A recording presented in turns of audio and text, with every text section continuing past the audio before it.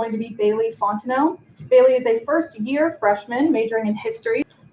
She's going to be discussing the realities of 1970s women liberation depicted in A Woman Under the Influence. So let's give her a warm welcome.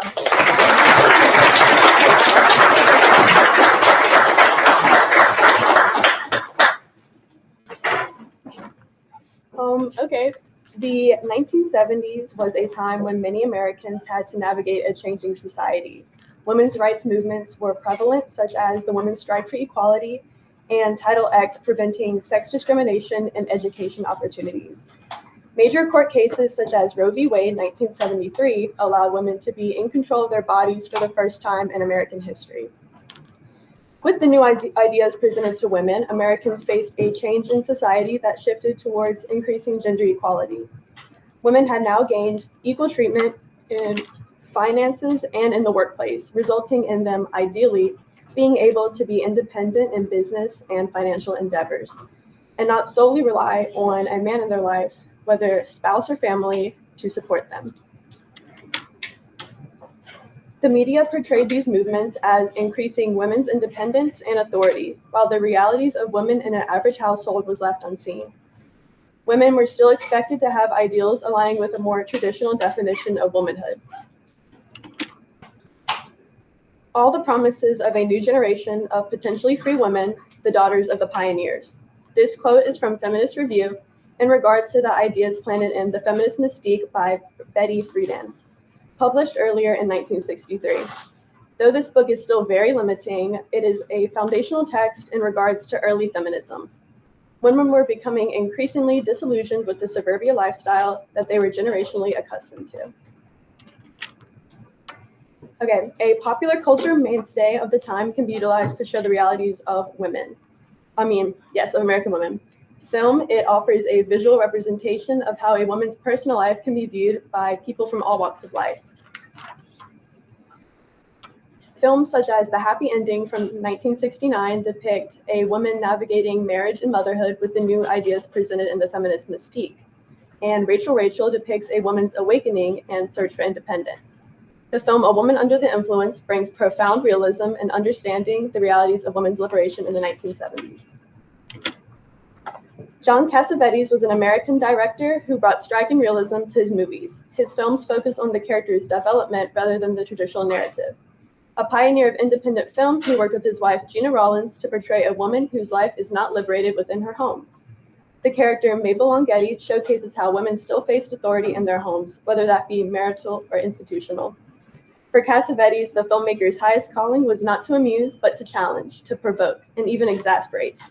He was prepared to do whatever might be necessary to interfere with the expectations of an increasingly complacent public. A Woman Under the Influence follows wife and mother Mabel Longetti and examines her depiction of bipolar disorder as well as suffering what can be described as a nervous breakdown. Mabel strains to fit into the rigid societal normalities presented to women at the time, and her family's treatment of her is reflective of the realities of women not being truly liberated within their homes. Mabel's behavior in the first half of the movie led her husband, with influences from his mother, to commit her to a mental hospital. Mabel fights this decision, but ultimately her freedom is in the hands of her family, and she is unable to decide for herself whether or not she can be committed, because her husband makes the decision for her. Prior to liberation movements, a woman's focus was primarily on her family. A woman was judged based on her execution of duties as a wife and mother, and Mabel Longetti is questioned on whether or not she is fit to properly care for her family. Her mental state is used against her in deciding whether or not she should have the freedom to be at home or in a hospital. She resists, but has no real say in the decision regarding her care. In the beginning of the film, Mabel has to welcome all of her husband's friends into their home for a sudden meal. Already, we see a parallel between Nick and Mabel. Nick is very socialized among his coworkers, while Mabel is more quiet and awkward around them. Mabel has to perform the traditional role as a hostess of the meal. Her mannerisms and forms of communication with Nick's coworkers can be seen as unconventional in this setting.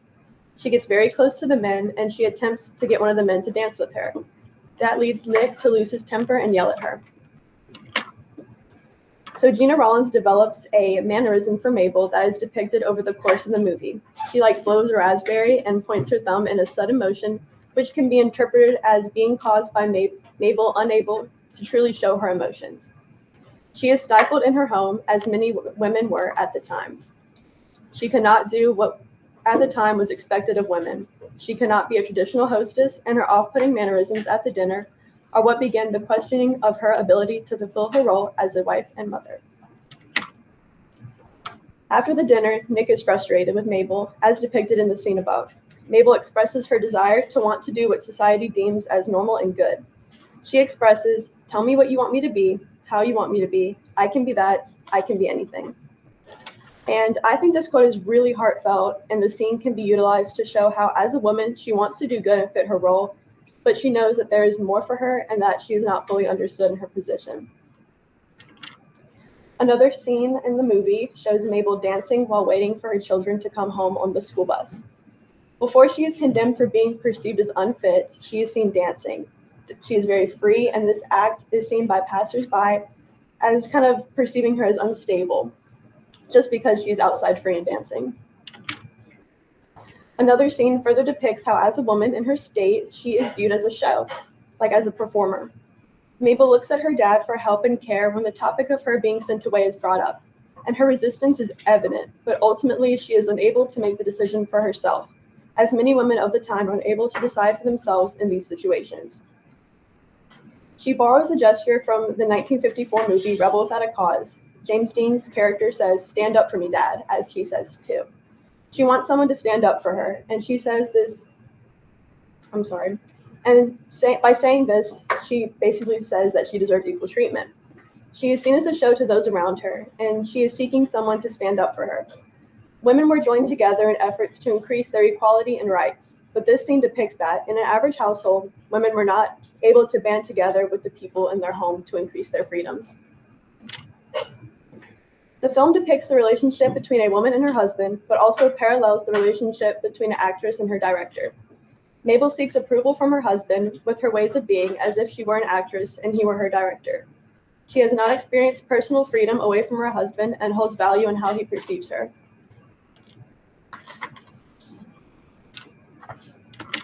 In the second half of the film, Mabel returns from the mental hospital and her character shifts. She is more docile and looks to her husband for approval for her every move, as if he is her director.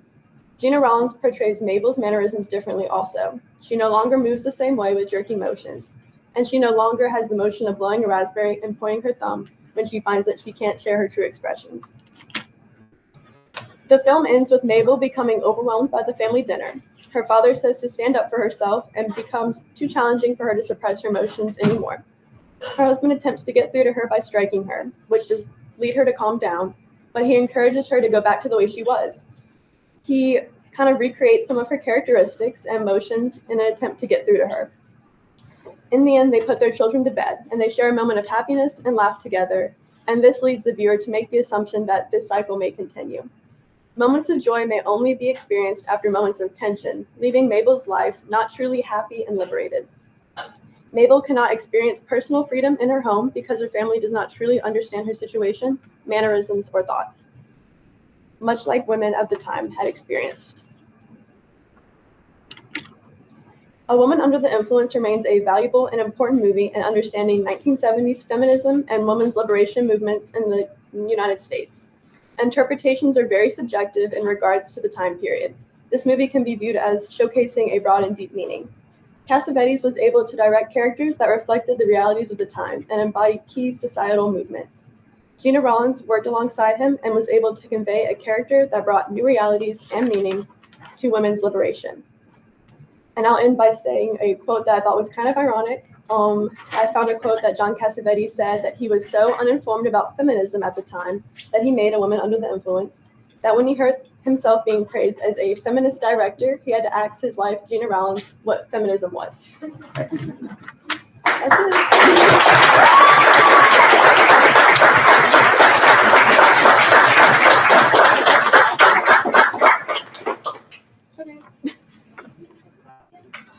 Yes, does anyone have any questions?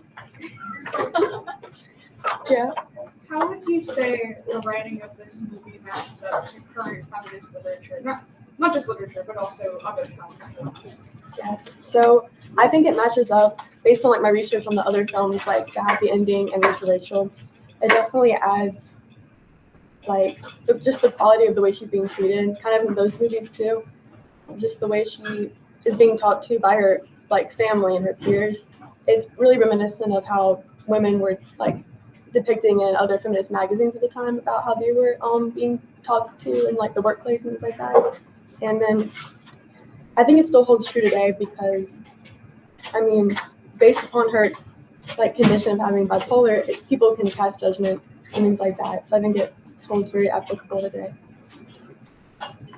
Is this movie streaming anywhere? Yes, it's on HBO Max. Yes. Okay. Anyone else?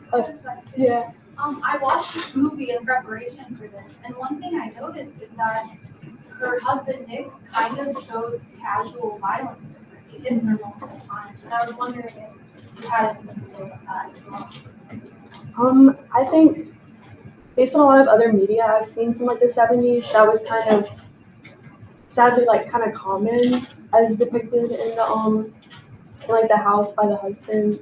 And I mean obviously I don't like think it's right. And yeah, it does seem very common sadly of the media at the time. Any other questions? Thank you. Another round of applause.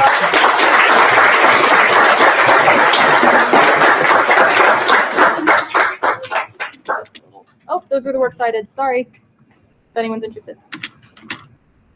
Okay, so next up, we're going to have Princess Garcia. Princess Garcia is a sophomore political science major. She is also a student DJ for KSL and Southeastern Athletics. She is a 2026 orientation leader and the secretary of a new student organization, the Asian American Heritage Society. So without further ado, I will pass this over to Princess with Reflection of the Wings, Jiro Horikoshi. Thank you. Okay.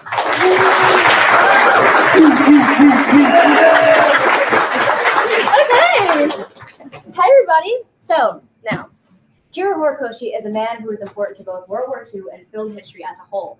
Aside from his modern contributions to aeronautical engineering as we know it, such as the creation of the Zero fighter planes, he is also recognized as an animated character, a main protagonist of a film called The Wind Rises, where he is basically this main character in a very tragic tale. Now, despite the fact that we are talking about the same exact person, Jiro Horikoshi, there are some grand differences between his real life and his fictional counterpart. But before that, I would love to give a rundown on Jiro Horikoshi's general history, just to give a little rundown on who the heck we're even talking about. Now, Jiro Horikoshi, who lived from 1903 to 1982, he was a Japanese aeronautical engineer who worked for Mitsubishi.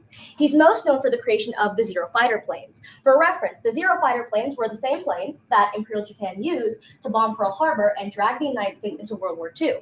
If that doesn't ring a bell, they're also later known as the kamikaze planes, as later in the war, Imperial Japan had repurposed these fighters to be suicide attacks in a desperate attempt to win the war. Now, these same planes were main contributors to Imperial Japan's war efforts, simply because they were known for their spectacular dogfighting or aerial combat, and they basically carried Japan throughout the Pacific Front in the beginning of the war from 1940 to 1942. Now, when searching up Jiro Horikoshi in general, when you search up his name on any search engine, two results tend to pop up. You'll either get a Wikipedia page of his general history, or you may get this. This is a depiction of Jiro Horikoshi from a movie called The Wind Rises. The Wind Rises, released in 2014, is a Studio Ghibli film made by Hayao Miyazaki. Now, this movie was intended to be a retirement film first and foremost, but if we all know Hayao Miyazaki, this man never retires. And also, this movie was one of Miyazaki's more controversial films, simply because of the fact that it covers more heavier topics such as warfare, especially Imperial Japan's war efforts. There are very mixed reviews from audiences of the film. Now, while many rave about its aesthetics in general, it's the content that gives it its very controversial title when it comes to modern discussion and discourse, specifically with the way that Jiro Horikoshi is depicted in the film. While many events that happen in the film, they're based off of very creative, yet very, very, very, very, and I cannot stress this enough, very fictional directions made by Hayao Miyazaki. Without further ado, let's start with the first half. What and how? So what are the differences? Because we are talking about the same person after all, Jiro Horikoshi. But how are they different, and what exactly is different about them? First, I would like to talk about his career, aka his 10, though I argue 12, years under the sun. Now, paying compliments to The Wind Rises, the timeline of Horikoshi's creations of these 3 aircrafts on the slideshow here are fairly accurate. Starting off with what is factual, though, to Horikoshi's memory, Horikoshi's first big project when he signed with Mitsubishi was the Prototype 7. However, this was an experimental carrier, and this did not debut in active combat because it failed its test flight, which the way it's recounted in his memoir is very intimidating, so I can only imagine witnessing it firsthand as an engineer. And after the Prototype 7 was trashed, Horikoshi was put back on the drawing board to create what is known as the Prototype 9, otherwise known as the A5M Claude. This plane did succeed in its test flight and ended up debuting in the Second Sino-Japanese War. Now, after seeing the Claude's performance, how stellar it was, and how it secured multiple victories for Japan, the Japanese Navy demanded of Horikoshi for another fighter plane, which brought on his final and most popular creation, the Zero. Now, for the most part, The Wind Rises doesn't necessarily misconstrue the overall timeline of his career. However, Miyazaki, there is a very common theme of picking and choosing when and where to emphasize certain parts of said career as he cuts and shallows certain details of the bigger picture. Case in point, first off, the Reppu. The Reppu was actually another airplane prototype that Horikoshi made, and because the Navy essentially, after they saw the Zero's continued victories over World War II, because again of its aerial combat, the Navy demanded Horikoshi again for another plane. Now, keyword, they weren't asking, they were demanding. Now, after that, he created the Reppu, which prototypes did actually succeed. So this did succeed its test flight. However, the Reppu never saw active combat for 2 main reasons. One, the Allies finally caught wind of how impressive and how terrifying it was for Imperial Japan to rise to power in the Pacific Front, essentially. And the Allies felt threatened, so the West put international sanctions on Imperial Japan to essentially stop them from getting materials. Specifically, the UK, the US, and Australia were the top 3 nations that cut off metal and that cut off castor oil, which is the oil they were using for these planes. And if that wasn't enough to stop production entirely, in Horikoshi's memoir, The Story of Mitsubishi, he essentially recounts a story of how the manufacturing plants he was working in Nagoya were getting bombed and raided and destroyed by air raids by the West. And because of the extensive damage plus the sanctions, production for the Reppu had hindered completely.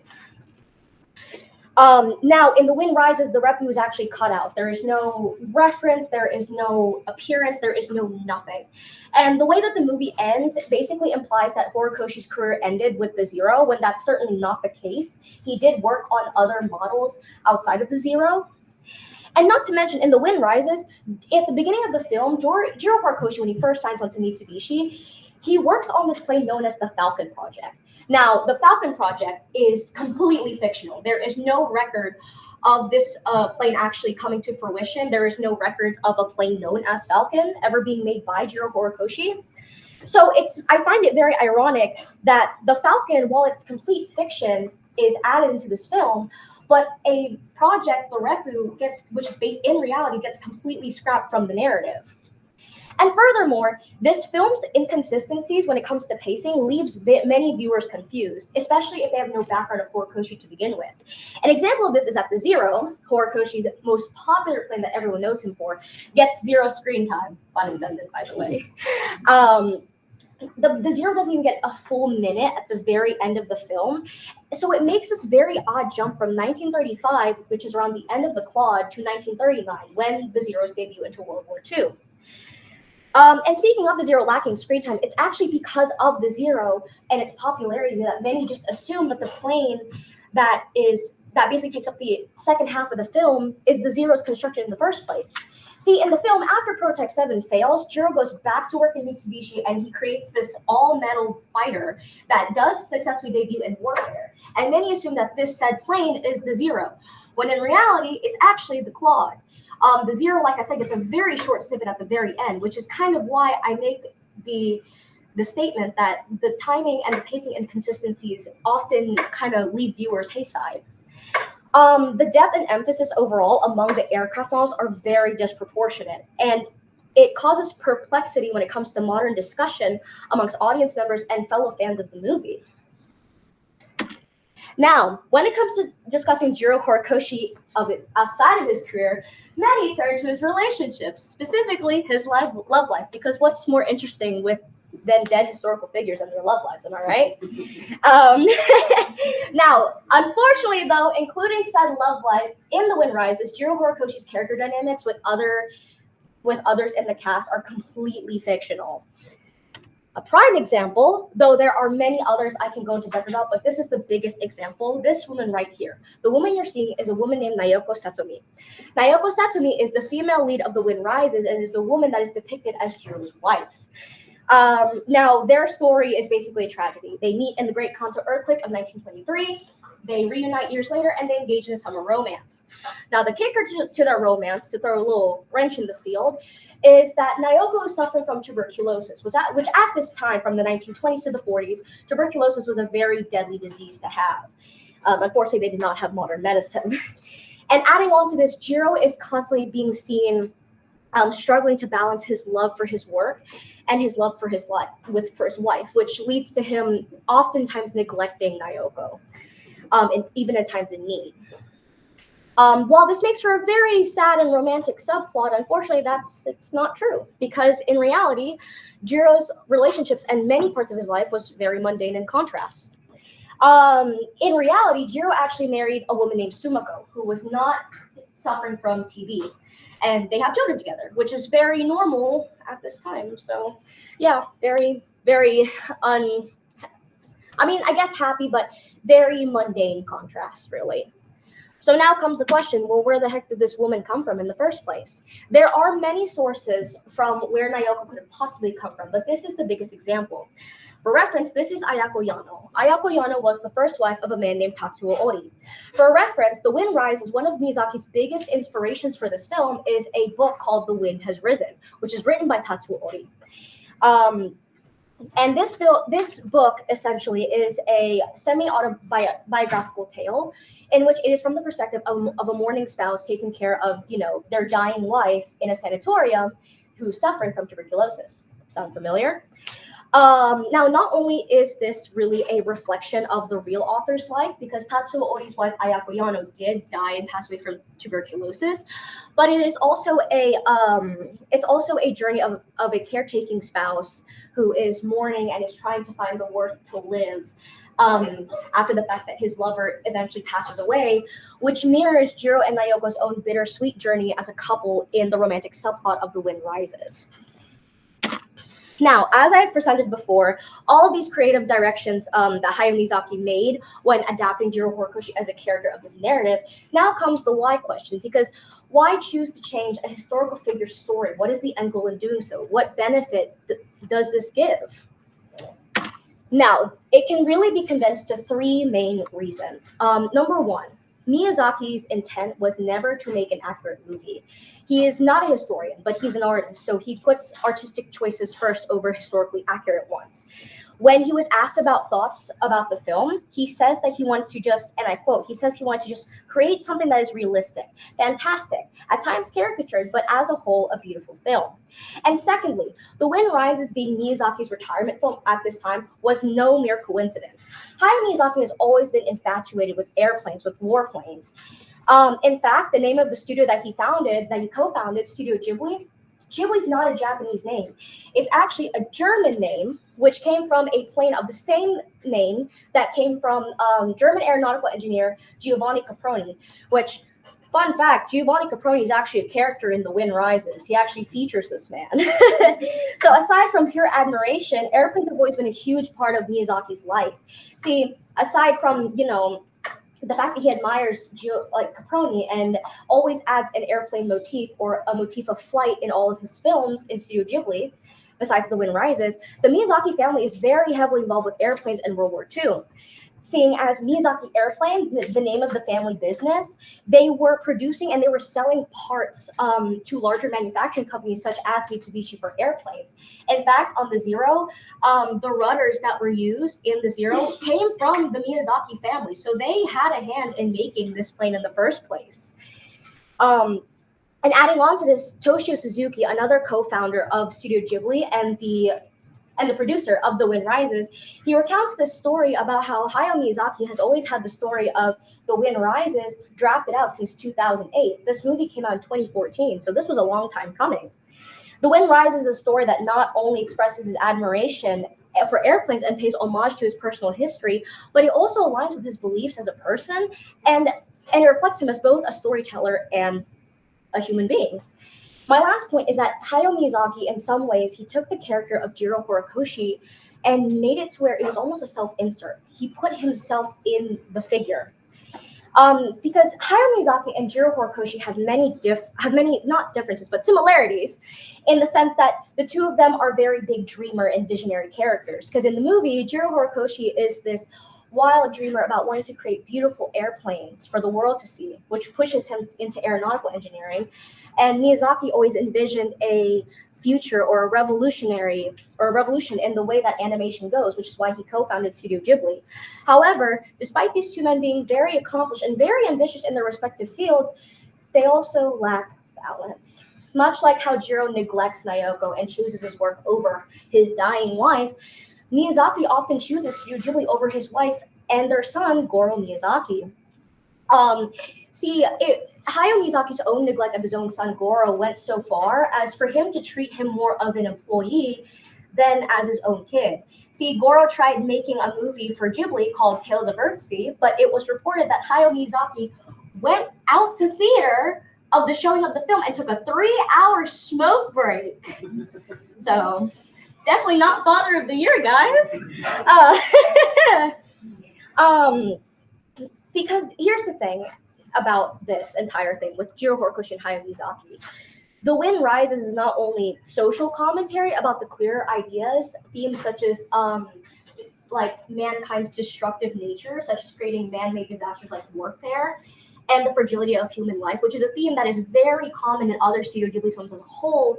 But this film also serves as a cautionary tale for dreamers who allow their dreams to sweep them away from other obligations in their life and to basically keep them ignorant. See, usually these types of dreamers, they often come back after the wreckage is done and they wonder whether the same dreams they pursued in the beginning and that meant everything to them was even worth pursuing in the end. Because Jiro Horikoshi, at the end of this movie, at the end of The Wind Rises, he has this dilemma where when he realizes that he loses Naoko in the end, spoilers, Naoko does die of tuberculosis in the end of the film. He not only loses his wife, but at the same time, he makes the realization that the planes that he created and the pilots that flew them never returned. Essentially, he feels the guilt of killing his own people.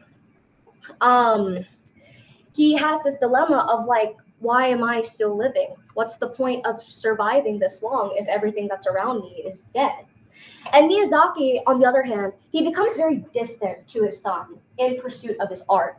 See, there was a long period of time where both Goro and Hayao Miyazaki did not talk at all. They went no contact. And it's not until now where they're kind of rekindling their relationship as father and son. But when you search up Goro Miyazaki, to this day in 2026, he is still referred to as Hayao Miyazaki's half-estranged son, which says a lot. Now, there are other many discussion points and contrasts between Jiro Horikoshi in his real life and as a person that is very much worth delving into and looking deeper into. Jiro Horikoshi, he's a man that is very fascinating to study, and there's a lot more great talking points about him. Now, as for ending this lecture, why not end it with the beginning? The quote here is the beginning scene of The Wind Rises. This quote was plucked from French poet Paul Valéry. Now, before anything, I don't speak French, nor am I in a French class, so forgive me if I butcher this line. But the line goes something along the lines of, Le vent se lève, il faut tenter de vivre, or in English, the wind is rising, we must try to live. Valerie's quote not only begins a film that I hold very dear to my heart, and nor is it just a constant reference in the film, but it's one that is most fitting to conclude a project that reflects the love I have for this movie and for this history. This movie is definitely a movie that is meant for people who are not very good at living or living with themselves, essentially. The winds of change will consistently rise, challenging people to embrace it, even though it is hard to see what comes after or whether or not it's worth it in the end. The hardest thing a person can do is put one foot over the other to keep living for the next day and the next. Regardless, it is important to keep holding on, to keep moving forward, to keep dreaming, and to keep living. Thank you. I will now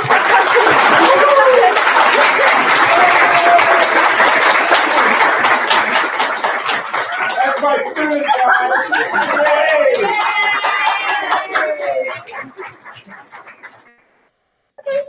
questions, discussion. So can you go into a bit more detail about why exactly Prototype 7's failure was notable and like you said, a little bit unsettling? Yeah. So Prototype 7, there were two prototypes that were made for the test flight. Again, this was an experimental carrier. So this was something that the Navy just wanted to try out, really. So the stakes weren't very high on this. So the thing was with Japanese airplanes, they're very used to using wood and canvas. This is the first time they're experimenting with metal. So, but obviously they still keep wooden components in the plane, such as the propellers and whatnot. So what ended up happening is, what pilots will try to do is they will try to do something called a power dive, where the point is they're trying to break the top speed of the plane to get a more accurate visualization of how fast this plane can go. So what's supposed to happen is a pilot will dip down and then they will try to regain and go back up as a power dive. What ended up happening was when, unfortunately, Prototype 7 could not take the tension of how fast it was going. And what ended up happening is it started combusting midair. So what actually happened, well, obviously, the pilots that were testing this plane had parachutes, but what ended up happening was, so yeah. And it was very notable because Jiro, they kind of show it more in the movie, but Jiro kind of feels like a failure after the failure of his planes because he's like, okay, well, that didn't work, so what can? It pushed him to the brink to where he had to take a vacation in the summer, which is actually where he met Nayoko. So, yeah. You mentioned earlier that there were quite a few inaccuracies or anachronisms that obviously. Yeah. Aside from ones you covered, were there any you just didn't have enough time but you thought were significant enough to talk about? Don't get me started. Word of life. This can be a whole lecture on its own. Okay, so there are two main ones. One that I mentioned is Caproni. Now, Giovanni Caproni is a German aeronautical engineer. Now, in the film, he serves as this idol figure to Horikoshi, where essentially he has these dream moments where he dreams of Caproni, and they talk about planes and they talk about the concept of living. So that line, "Le bon se lève et faut tenter de vivre," is a line that Caproni consistently uses and tells Jiro, meaning that when the winds rise, you have to be ready for the change. And when I said about his career, his 10 or 12 years under the sun, that's a quote from Caproni as well. So Caproni serves as this idol figure in the movie. In reality, he did not know about Caproni's experience, existence at all. What actually ended up happening was that Horikoshi had an older brother whose friend worked at Utopia, and Utopia had the Department of Aeronautical Engineering.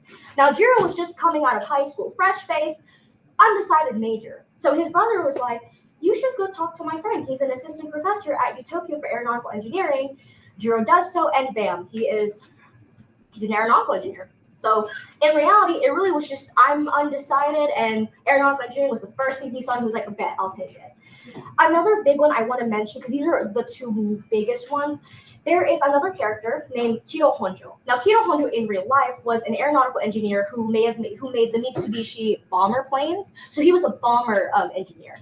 Now, in the film, they are portrayed as college classmates, and they were roommates in Germany. Wow, guys! But what actually happened was, first off, Kiro Honjo in real life was 3 years older than Jiro, so there was no way they could have met in college. And also, he was Jiro's superior at Mitsubishi. Now, there are sources that are saying that they hated each other, which I'm going to say that I don't think that's true, simply because Jiro Horikoshi and Kido Honjo were on two separate teams, because Kido worked on bombers, Jiro worked on fighters, two different plane anatomies. So I do believe that it's possible that they could have had disagreements as coworkers. I don't believe that they hated each other, as actual enemies. So yeah, those are the two main ones. But almost every character dynamic in this film did not happen in real life, and it pisses me off. But thank you. I wanted to know your personal opinion on how okay or not okay it is for historical accuracy to be sacrificed in fictional media, in terms of it benefiting a better story. This is a talking point here. In my opinion, the problem with this thing is the advertising. The Wind Rises is a biopic movie, which is it's meant to be a dramatization of the real life, but because of how twisted the narrative is, he basically romanticized and fantasticized Jiro Horikoshi. So I'm gonna say that this is a very subjective question. In my opinion, I really think that perhaps Hayao Miyazaki could have really stuck to the accuracy, but then again, you have to realize that Jiro Horikoshi is a very mundane person. So even if there was a movie about him, I don't think because he really just was a regular guy living in 1930s Japanese society who just happened to make planes. The only thing special about this man in all retrospect was that his planes killed a bunch of people. But in terms of if it's okay or not okay, I'm still kind of on the fence on that, because I'm still in the midst of kind of researching and trying to understand the nuance of this film. Because all I can really say is this movie, it wasn't intended to be a historically accurate film. It was just meant to be an artistic masterpiece. Yeah. Okay, so this is a quite controversial film in other countries in Southeast Asia. Oh, yes. China and South Korea do not like it. They use it to propagate and platform of Japanese imperialism and militarism, but Japan claims it's more of like an anti-war type piece, especially what you were talking about, more of it being an art form. How do you feel about that, and which side would you agree with? I'm going to question. Cool. Okay. Okay, here's the thing. It's not even Japan. It's more so Miyazaki. Miyazaki's a very anti-war person, and he makes that very clear. Japan, I actually argue that they hated this movie too, because the Japanese government, the thing is, obviously World War II and the atrocities that Japan committed in World War II is still a sore spot. We're still getting records every day getting released begrudgingly. When Japanese politicians, this movie sparked so much controversy that Japanese politicians were calling Miyazaki a blood traitor and a Chinese spy for depicting Japan as the bad guys and acknowledging the fact that, yes, Japan made these planes and killed a bunch of innocents. Now, yeah, I do agree. Southeast Asian countries are this is propaganda. This movie is propaganda. It's anti-war propaganda. But I think the question is more so, was it effective? I'm going to say it's a mix of yes and no. The reason I say yes is because it sparked a debate, a worldwide debate. This was probably the biggest discourse any Studio Ghibli film could have ever made, because you had the government, you had governments of several countries pitching in their 2 cents, which, there are bigger problems in this world, so the fact that they made the time is insane. But, it really shows a testament to Miyazaki's ability to spark uncomfortable conversations through his stances. But the reason why I say no is because of the subtext. Studio Ghibli films have a lot of subtext. I had a conversation that was very enlightening with somebody about this. Studio Ghibli films are very subtle in the way they portray, environmentalist, humanist, and anti-war ideals. Because this movie, the thing is, it's PG-13. Studio Ghibli is mostly known to have a younger target audience. If I was to show this film to all of you guys, y'all would perhaps, get the message that Miyazaki is spreading. But the problem is, we're not the target audience. I didn't experiment. I showed this film to my 8-year-old cousin, who is more so the target audience. And guess what her takeaway was? Airplanes. Guy makes airplanes. Guy falls in love and makes airplanes, and a girl dies. And listen, here's the thing. It's not to say that children are stupid. They're not. But they don't have the media literacy and the media training that a researcher or, someone that's more fixated on this movie has, So I'm going to say no because of the target audience. But I'm going to say yes because it sparked a debate and it got people talking about uncomfortable conversations, such as the atrocities that Japan tries so hard to cover up. So is a Mitsubishi that made the planes, is that also the same Mitsubishi that makes cars? Yes. So they were known as Mitsubishi Heavy Industries. They're known for manufacturing a lot of things, like things of mobility, transportation. They were known for planes, but they're also now known for cars because we don't really need planes, I guess. But I mean, that's not to say that they only made fighter planes. Mitsubishi is also responsible for making, passenger carrier planes. Because at the end of World War II, because everyone was so tired of the fighting, when it came to aviation, a lot of companies turned towards making passenger carrier planes, ones that are, the ones that we know today. So Would you say that Miyazaki, the way to make it anti-war is to focus less on the Zero and more of the plot? Because everybody just knows the Zero is the most violent, but they always leave out the predecessor of it, yeah, which was the most violent. I think Miyazaki, this film is just anti-war in general. So, my only discrepancy is just the pacing inconsistencies. That's really the main problem. It's not a matter of which plane will portray anti-war best, because both models did extensive damage. There's no denying that. It's just a matter of the pacing inconsistencies, because when the Claw debuted, it was like 1934, 1935. That's where the movie ends. But then Jiro has this dream sequence with Caproni, and he's like, look, those are your planes. But the planes he shows are the Zero, which is like, why are we suddenly in 1939, So I think this movie stands very well as an anti-war film as it is. It's just more so storytelling, Yeah, thank you. So, kind of building off of her question, I don't know your name, Floor Girl. Abby. Abby Floor Jeez, Girl. bro.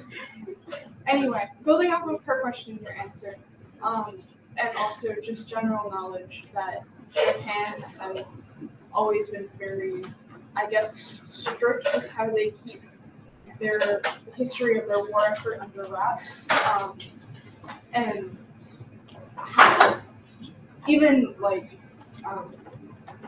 Japanese children don't learn of the horrors that Japan committed during World War II. Do you think this film was partially so controversial because it is exposing children to the things that the Japanese government have been trying so hard for the last 80 or so years to? Absolutely. I think what Studio does amazingly from an artist's point of view, is they're willing to tackle heavy topics, but make it in a way that's easy to understand for mature audiences to enjoy and sit and understand the subtext. But it's digestible enough for children to understand that there's something wrong, this is wrong. But it's not in an explicit meant to make them uncomfortable way. It's it's just in a very logical, childlike way, oh, that's wrong. That there's something wrong, So I think so. I really believe that this. But also, I'm gonna give you all a little snippet. The Japanese government, when it came to this movie, while there was discourse about the fact, oh, they're showing Japan as the bad guys, whatever. Their biggest controversy wasn't even the fact that they were portraying, Japan the way that they did. It was the smoking that got the government, up in their knees. Because the thing is, the Japanese National Smoking Commission was saying that, hey, this movie portrays too much smoking, and you're showing kids that it's cool to smoke. Let's not do that. And that was a bigger controversy than the actual meaning. So it's kind of you just missed the target a little bit, just a little bit. What do you think it says about Miyazaki that this was his retirement film where he really went into detail and did something controversial instead of if he decided to wing it? I think this speaks of okay. The thing of wing it, yeah. I was gonna make a pun where I was like, let's just wing it, but I thought I was being a loser. But anyways, back to your question.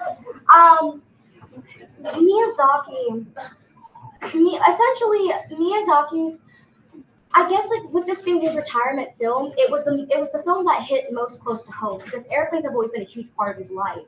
And I think what he was trying to do was he was trying to not only stay on brand of what he always does, he stands on his ideals, but also include a little bit of himself in it, because he's also a very private person. Both him and Jiro Horikoshi are private people. So this film, I think, like I said, this movie is meant for people who are not very good with living. It makes viewers sit there with uncomfortable questions of, are dreams truly worth it, even if it's for the sake of compromising your morals and is it worth the pitfall that you get for making something so grand, because typically in great times of distress, we get our greatest advances, which is the most ironic yet a very sad part of history. So I think this movie was more so just for people to say, for Miyazaki to say a proper farewell to animation, but also it was a movie where he was, I think, most vulnerable. I think he was showing the audience his vulnerability because he has a very deep understanding of humanity, which is why he is so depressed when talking about it. Because the more you understand something and you understand its consequences, the more it gets to you, and it's very hard to ignore. What is the fictional versus reality of Jiro Horikoshi as a character, like his personality and opinions? This is another problem I have with this movie. So Jiro Horikoshi, the one issue I have with this film is the political side. So in the memoir, Jiro Horikoshi, while he doesn't delve into politics really, he does acknowledge that that World War II was a feudal war and that Japan's raging militarism was what got them in this miserable place. And he even says a quote where he's like, if Japan rebuilds itself, I pray that let the intelligent leaders step forward and get rid of the military BS.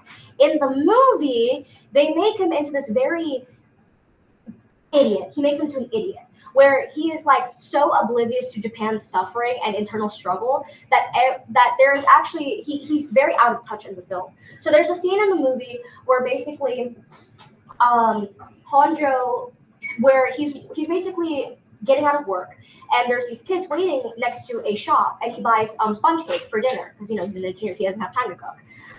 And basically he looks at the old man, the seller, and he's like, "Who are those kids?" And the seller goes, "Their parents work late every night. I feel bad for closing on them, And so when he leaves the shop, he goes to these kids and is like, "I just bought these. Would you like them?"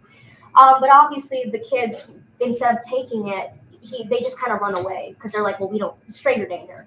Well, and then it cuts to a scene where Kido is in his apartment with him, and Kido is kind of like, "Well, what did you expect? Did you expect her to take the food and say thank you?" And Jiro was like, "Yeah."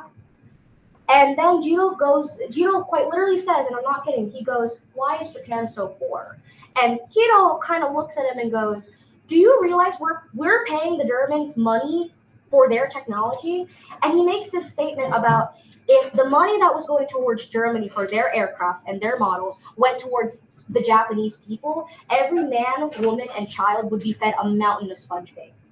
To kind of make that abundantly clear to Jiro that what he kind of did to those kids was not only out of touch, but also he's very ignorant.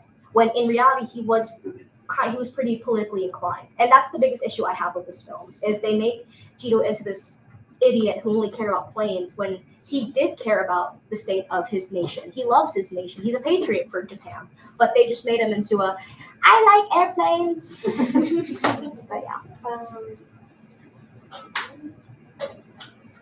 Would you say that the flanderization of his character was made so the audiences could understand it more? Like the characterization of Jiro? Yeah, but he didn't know that issue because the audience didn't know that issue. That's another thing. So Jiro Horikoshi is also meant to show what propaganda does to a person in times of war. Because the whole point of Jiro, he's been stuffed with the image of if you make these planes, you make Japan proud, and if you make Japan proud, you are a good Japanese citizen.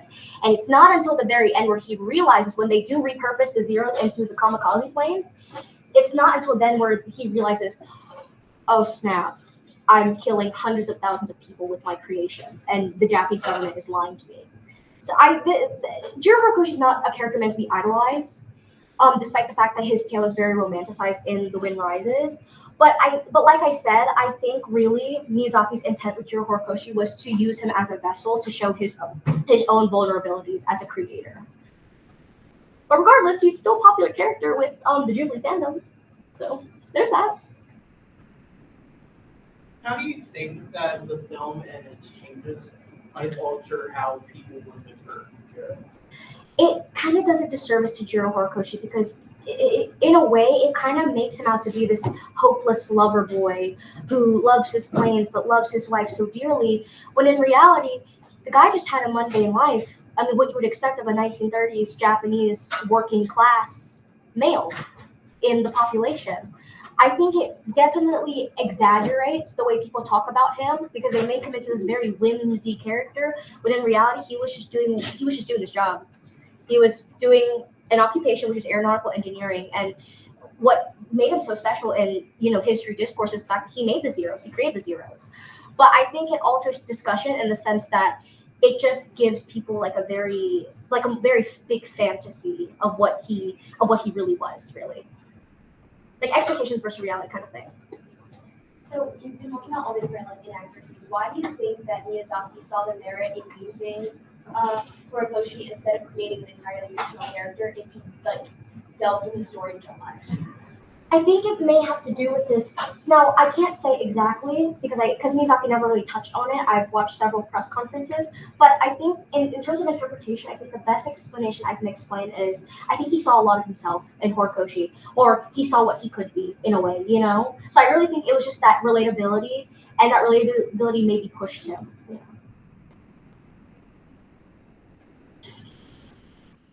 No other questions? Okay, another round of applause.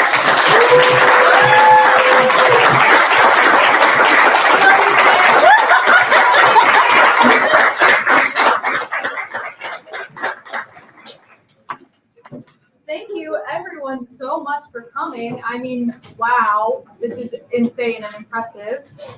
So one more round of applause for both of them.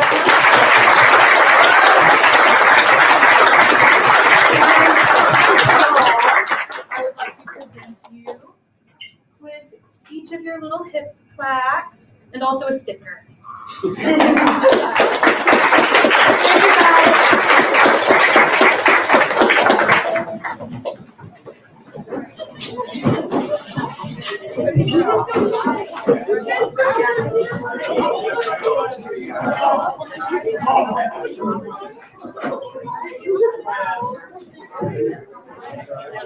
All right, now taking